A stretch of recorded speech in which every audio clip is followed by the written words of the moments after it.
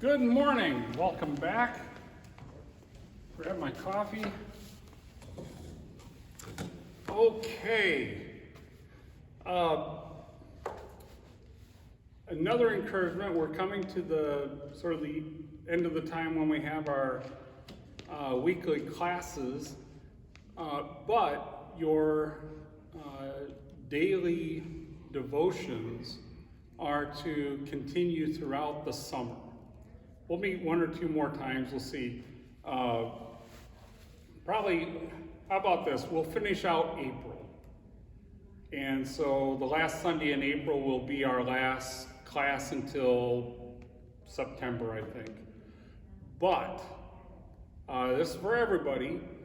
Continue doing your daily devotions throughout the summer. And this is so very important because with spacing the teaching material out a little bit at a time, there is a lot that gets covered over the summer that's very important. Pretty much the second and third article of the Creed.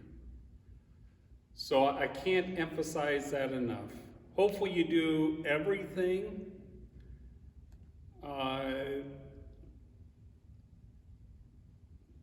Let's just leave it at that. Do everything.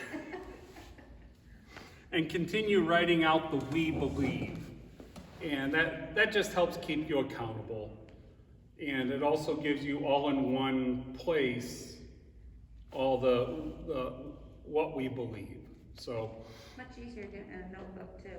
Yeah, it really is. I know the other option is like into a Google Doc if you like typing, and that works too. But yeah, having a notebook, those sheets I handed out originally, a spiral bound notebook is probably the best. So the nice thing about that, and I'm still accustoming myself to this, is it frees up the time that we do meet together that I don't necessarily have to present on a sort of a doctrinal topic. It opens it up more for more discussion with you guys, answering what questions that you guys have, maybe on a particular topic. Could be something from your the we believes, what you've covered that, gee, Pastor, I didn't quite understand this. Can you explain this a little bit further? Or some sort of other topic. Whether, we had creation, we had differences between some other denominations. And so parents or kids, hopefully kids, because this is your shot, but I know it can be a little intimidating. But this is your chance. If there's something you want to talk about and get some guidance on. And I know if you don't say anything, Mrs. Carolus is going to ask me something that's going to make me turn beet red.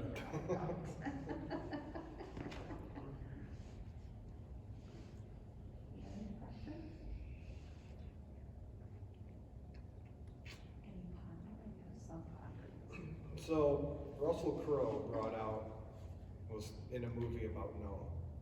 Oh, okay. And it had these rock creatures in it and whatnot. And I was thinking, why did they add rock creatures to the story of Noah? And then I was like, well, they took it from the book of Enoch. Okay. And then I was like, well, why is the book of Enoch and the Gospel of Mary and all of those Dead Sea Scroll stories not included in the Bible? Very good question.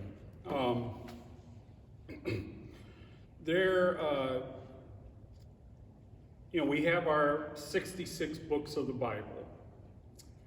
In addition to those, there are what are called the Apocrypha.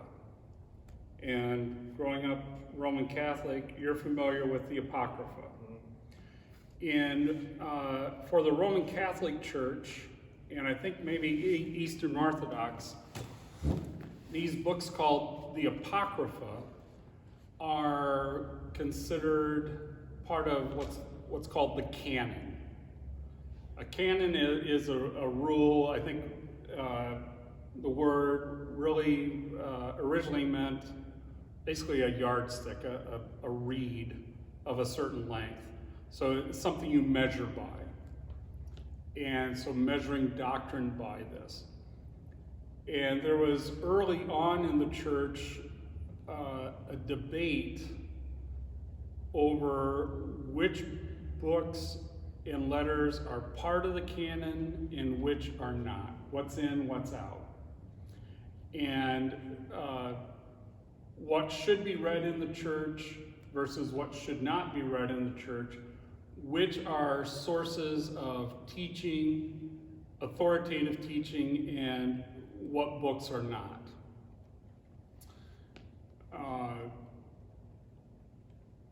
That was by and large settled by mid 200s, I think, if I remember right. There are, among our 66 books, there's a division. There were those that everybody agreed, this is scripture. There is a smaller subset where you had, some said, this is scripture, and this isn't. The book of Hebrews, for example, is, the technical term is antilegomena. Against, legomena, to speak. So some books were spoken against, but the majority said these are scripture. Because of that, there is a rule that a doctrine cannot be established solely upon a scripture reference from one of these books that were spoken against. In order to be sort of universally accepted, it has to be from one of the ones that everybody agreed upon. You can support it with one of these other texts, but it can't be and it's because of that difference of opinion. Because if you did that, then these guys would say, well, we don't accept that as canon, so that can't be a teaching. I think the Roman Catholic Church canonized the Apocrypha at the Council of Trent in 1545 or something like that. Up until that point, the Apocrypha were used in the church. There are sermons, Martin Luther, I think, preached on the Apocrypha. Other Lutherans preached on the Apocrypha. We never officially accepted them as part of the canon, but up until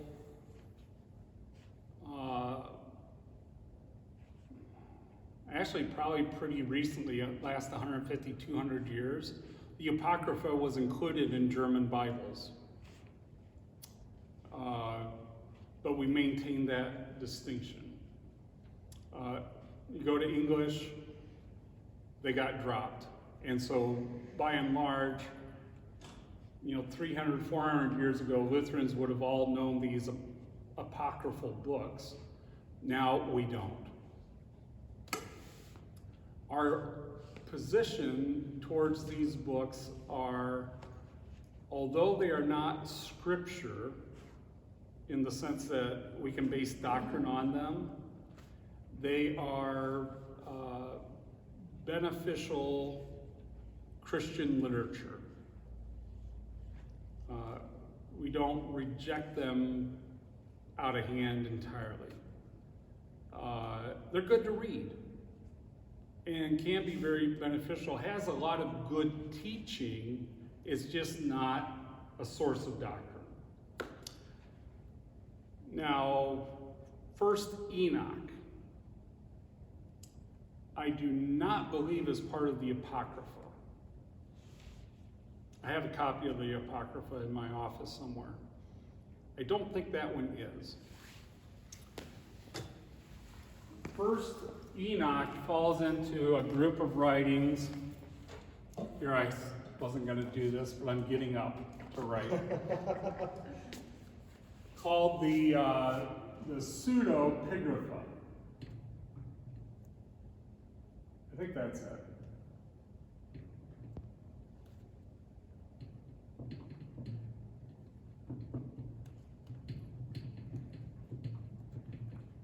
Pseudo means false, like a pseudonym. It's not your real name, it's a pseudonym. And grapha, you can see graph, like graphite or like graph paper. It means to write or a writing. Basically, First Enoch presents itself as written by Enoch, the seventh from Adam. And it's a really wild vision. I've read it once. Have you read it? Yeah. It is wild. And it's really hard to understand. Did Enoch really write first? And I think there's a second, maybe even a third Enoch. Not really. And most likely not. Or put it this way, most likely not. It didn't really, it's never, referenced in the Old Testament. It didn't really show up and it wasn't really talked about until I think maybe 2nd or 3rd century BC possibly. And there are other books that fall into this category that there's ones that are attributed to Adam or Noah or to the 12 patriarchs, and different ones that people wrote these basically claiming to be this biblical character, but it wasn't really them. Now, there are some Christians, and I think the Coptic Christians in Egypt and Ethiopia, they consider First Enoch part of their canon. I don't believe the Roman Catholic Church does. But after the Gospels were written and the epistles of Paul, over the next couple of centuries, other writings started to appear. Now, some were written, I think they're called the Apostolic Fathers, and you have books like First Clement. Clement was, he's actually mentioned by name in one of Paul's epistles. And did Clement write First Clement? Yeah, he did. He was in Rome, but he wasn't an apostle. And so his writing didn't get to the status of being scripture, because it wasn't written by an apostle. It was written by a student of an apostle. There are other books, there's letters by an early church father, Ignatius. I think it's Ignatius. Polycarp, all these kind of different names. And, Christians keep, pastors, primarily or bishops, would write church letters of encouragement to the churches. And so they would be read and reread, but they weren't scripture because they weren't written by an apostle. And so these are good things to read and very beneficial. No different than you order something from CPH. Can be good to read. Now, what you're referring to, not just First Enoch, but the Gospel of Mary, or the Gospel of Peter, or the Gospel of Thomas, or the most recent, the Gospel of Judas. And usually these things are brought out to the light of day right around Easter. the hidden gospels. It's what the church doesn't want you to know about. They're hiding this from the regular Christians. Well, no. These things have been known about for centuries.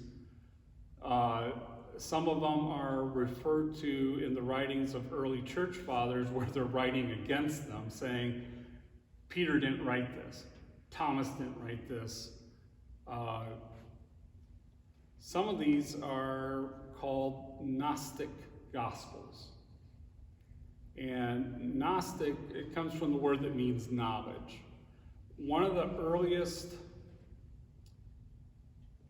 heresies, false teachings that came up in the early church was known as Gnosticism.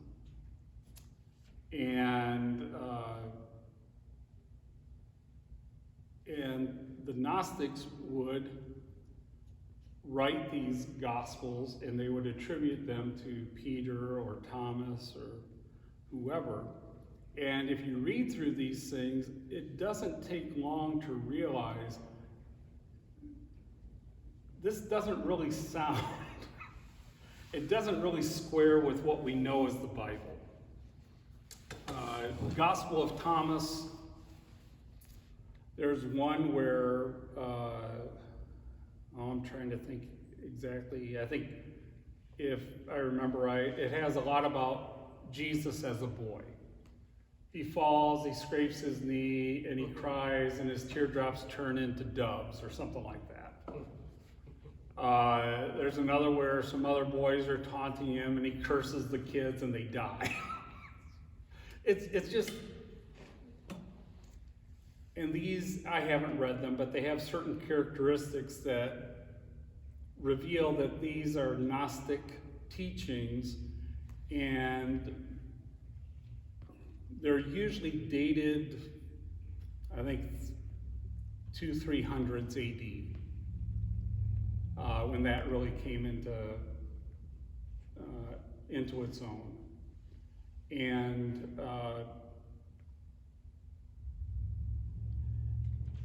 these became competing churches, Christians, and nowadays scholars are saying, well, you know, they were just as legitimate Christians as the others, but the others won out. And so all of these were suppressed. And they were equal expressions of Christianity, just like we have different denominations. Well, no. They departed from the apostolic teaching. The proof of that is if you compare them with the canon, the 66 books that we have. Very good question. Is that probably more than you wanted to know? No. Okay, good. But yeah, they draw on us like in the book of Noah and that, partly because, you know, they're not going to stick with, and they think they're showing you something that's supposed to be hidden from you. Right.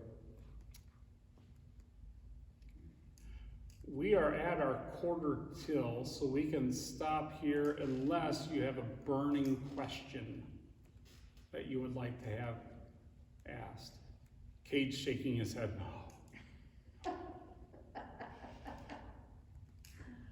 I mean, it wasn't supposed to be interpreted like that, but No, I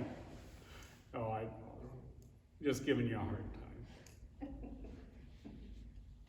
Well, you know, for the remaining sessions, you know, give some thought to questions that you might have or topics you'd like to talk about. Contemporary topics. I know you were asking, and I'm having Denise look, and I'm looking to see if there's any kind of devotional that addresses these contemporary issues, or if I can direct you to like a blog site, something like that. And if you're not comfortable in this setting doing it, gotta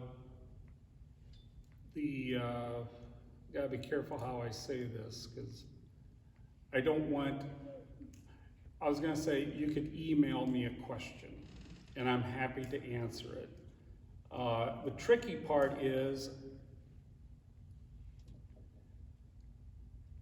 comes when, you know, you may have a question that you want to ask, but you're not really comfortable with your parents knowing you're asking about it. And on my part, the idea of private communications with a minor is, you know, you gotta be careful and, you know, hedge oneself, or, you know, protect you first and foremost, but then also protect me. So I guess my recommendation would be, if you have a question and you're okay with your parents knowing that you're asking the question, if you have an email account, send me an email and copy it to your parents, or send me a question through your parents' email. If you do have something that you'd really like to talk about, but you don't really, you know, want mom and dad to know, what we could do is set up an appointment where you can come talk to me privately, but your parents are sitting out in the office. So to, you know, maintain that. So you get some privacy, but also we have some, you know, precautions taken for everybody's benefit. All right. Next week, and I just want to say, Levi, great choice on your confirmation verse. Very, very well chosen. Took a while. Well, I mean, it's an important, yeah. Well, it's an important decision. I mean, mine was chosen for me, and the pastor did a very good job. Here, you know, you've had the option, so, and you know, it's good for you to read through, and you did an excellent job. So, have a wonderful week. You too, thank you.